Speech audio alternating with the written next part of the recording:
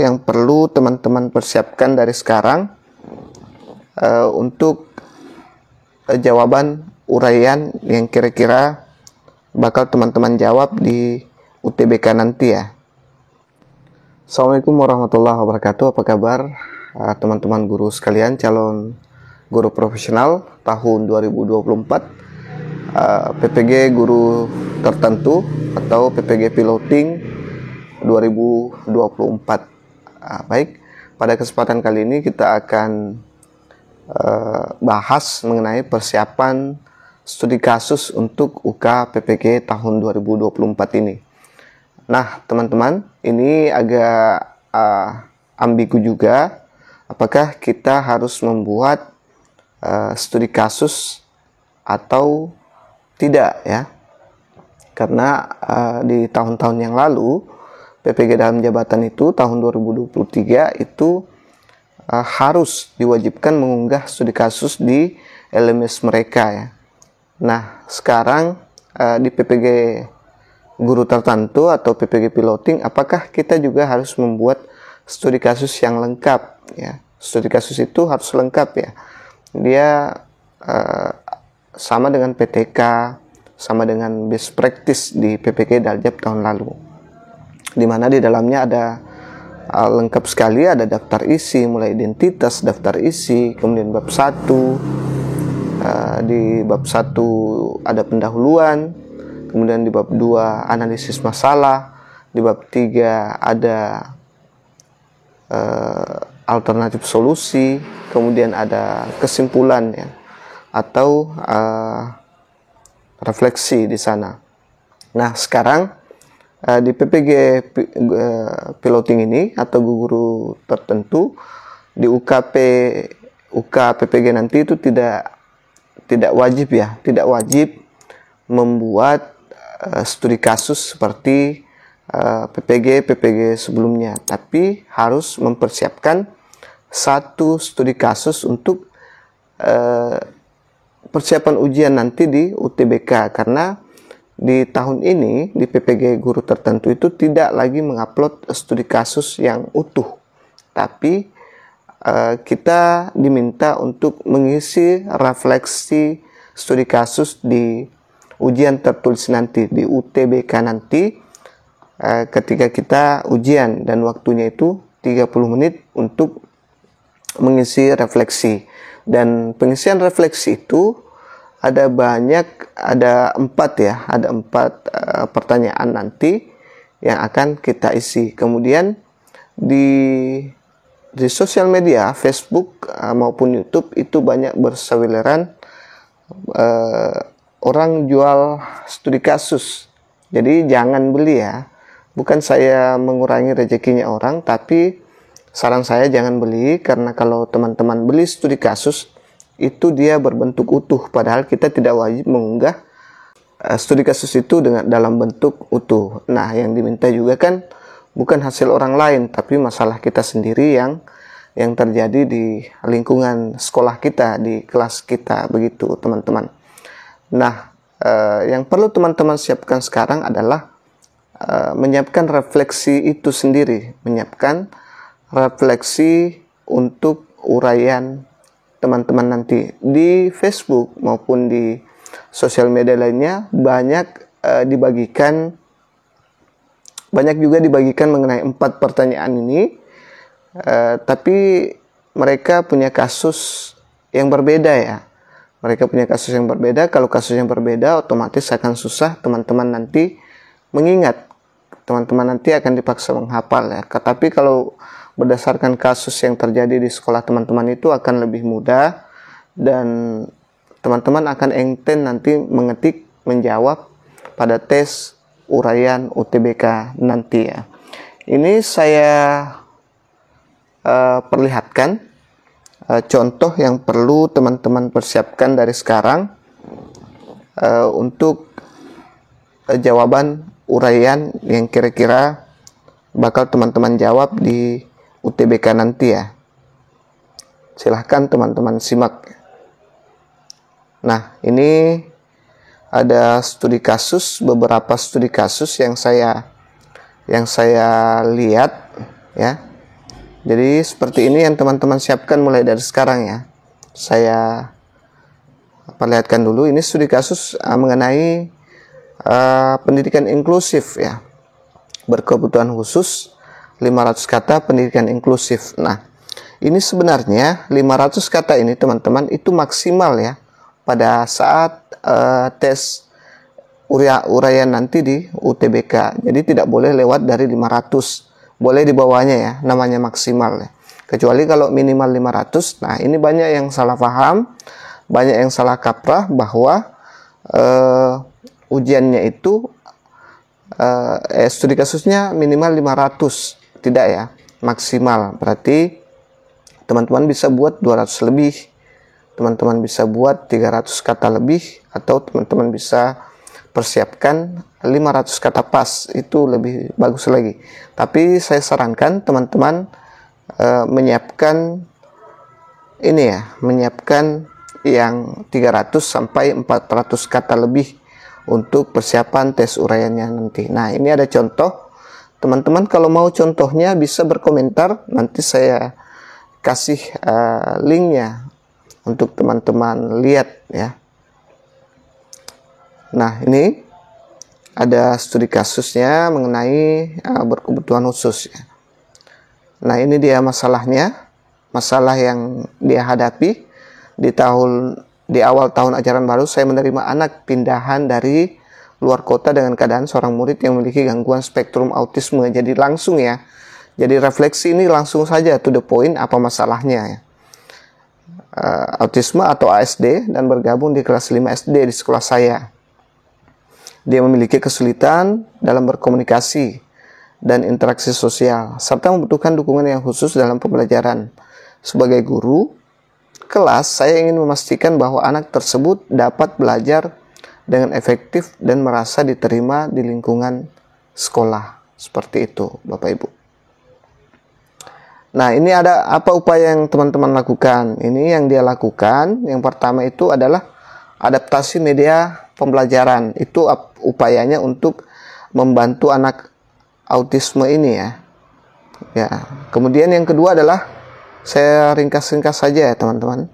Kemudian yang kedua adalah penggunaan lagu dan rutinitas ya, memperkenalkan lagu untuk membantu siswa memahami dan mengikuti jadwal kelas. Karena lagu membantu merasa lebih nyaman. Selanjutnya adalah pengaturan lingkungan kelas ya. Dia berusaha bagaimana caranya menyeting kelas sesuai dengan kebutuhan siswanya. Kemudian pendampingan individual ya. Dia juga mendampingi secara individual untuk memberikan pendampingan kepada siswa.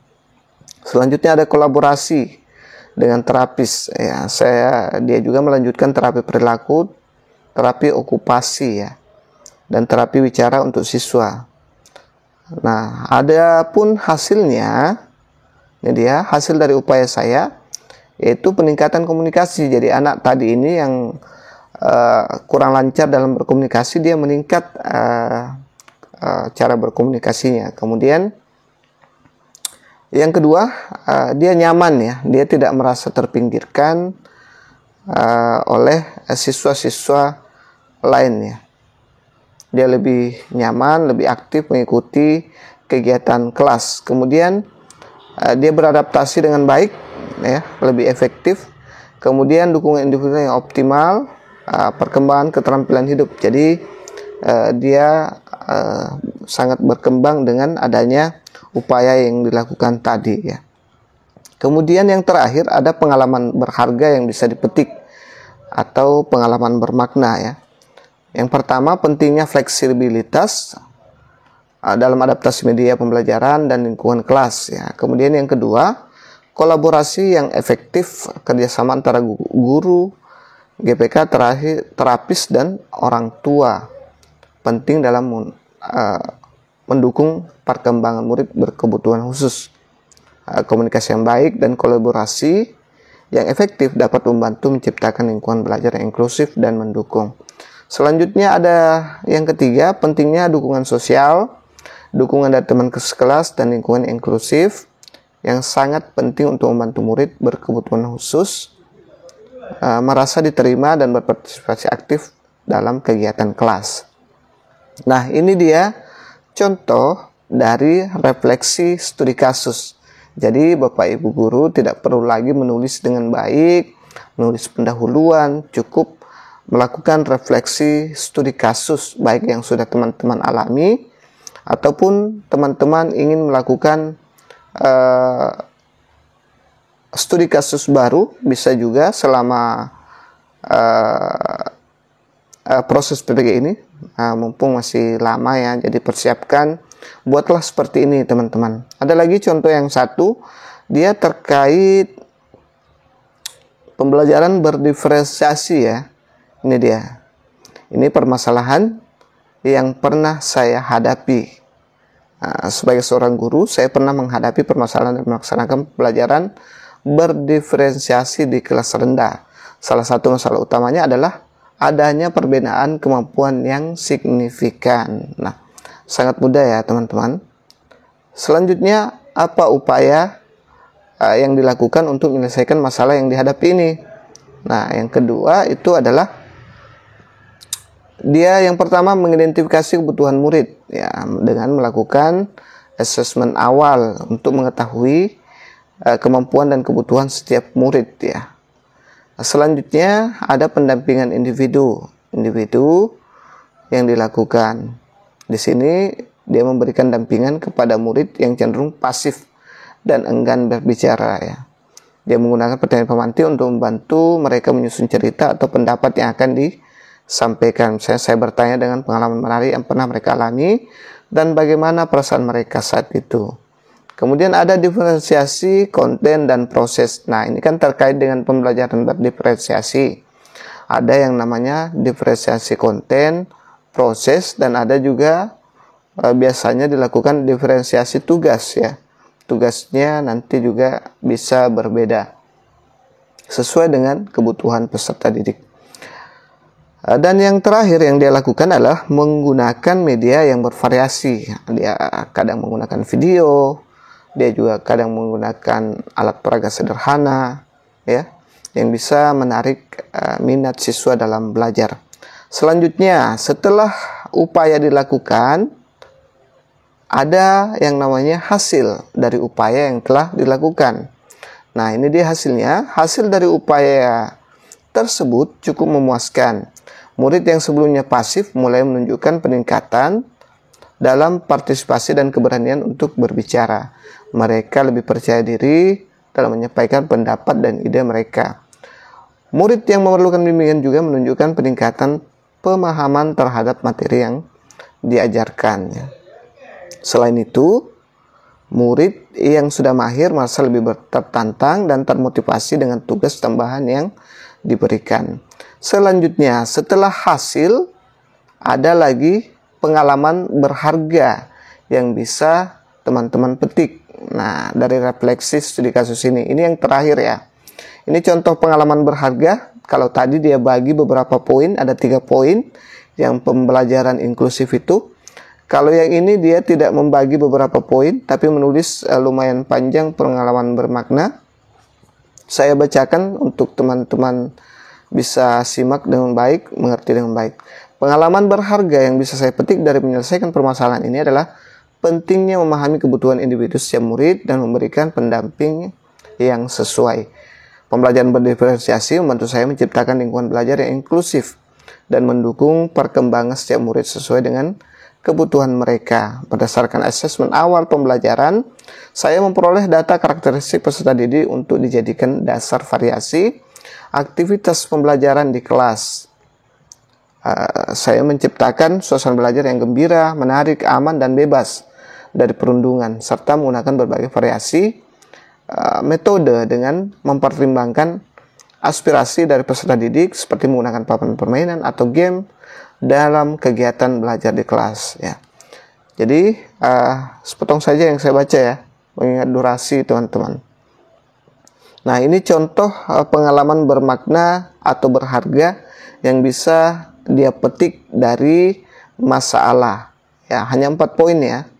ada permasalahan yang pernah kita hadapi, kemudian upaya apa yang kita lakukan, setelah itu hasil apa dari upaya yang kita lakukan, kemudian apa pengalaman bermakna. Jadi cukup simple ya. Memang sekarang PPG itu sangat dimudahkan teman-teman. Jadi teman-teman hanya persiapkan ini untuk ujian UTBK-nya nanti biar tidak kerepotan. Pak, bagaimana kalau saya ambil dari kasus orang lain atau banyak contoh-contoh pertanyaan yang ada di sini? Bisa ya?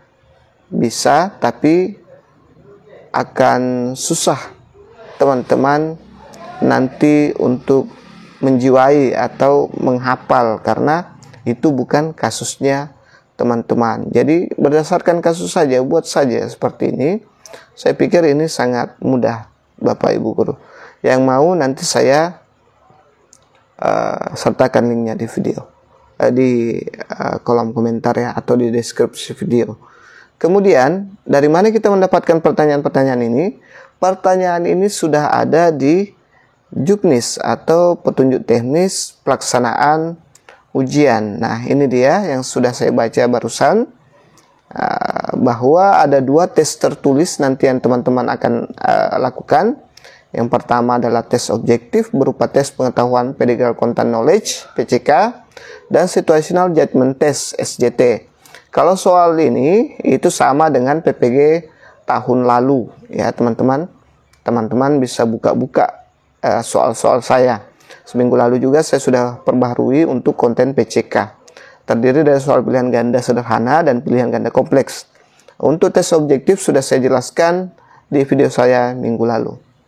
Kemudian ini tes subjektif terkait dengan studi kasus. Nah teman-teman, tes subjektif bagi guru tertentu dilakukan berbagai uraian, berbentuk uraian reflektif berbasis studi kasus. Nah ini tadi yang saya bilang. Studi kasus bagi guru tertentu digunakan untuk mengukur kompetensi dalam melakukan refleksi dalam melaksanakan tugas sebagai pendidik terkait. 1. Mengidentifikasi masalah yang pernah dihadapi. Yang kedua, mengatasi masalah yang dihadapi. Yang ketiga, hasil dari upaya yang dilakukan. Dan yang keempat adalah pengalaman berharga yang bisa digunakan untuk meningkatkan diri dalam melaksanakan tugas keprofesian guru. Tes ini akan dikerjakan langsung dalam aplikasi ujian pada saat pelaksanaan UTBK dengan durasi waktu pengerjaan 30 menit dan dinilai oleh penguji pada saat UKIN. Enaknya di tes objektif subjektif itu adalah dilihat langsung oleh penguji nantinya. Baik, itu saja yang sempat saya bahas pada kesempatan kali ini. Keuntungan dari subjektif itu adalah, tes subjektif itu adalah biasanya mengandung unsur penilaian humanisme ya. Meskipun studi kasus kita kurang bagus, tapi ada yang namanya manusiawi ya. Mereka bisa meloloskan dan bisa menerima meskipun kurang bagus studi kasus kita. Mudah-mudahan ini bisa membantu teman-teman persiapkan dari sekarang refleksinya agar lebih mudah nanti menghadapi uraian UTBK UK PPG guru tertentu 2024. Insyaallah di bulan Oktober masih banyak waktu teman-teman, silakan berbuat. Jangan lupa subscribe, like, dan bantu share. Wassalamualaikum warahmatullahi wabarakatuh.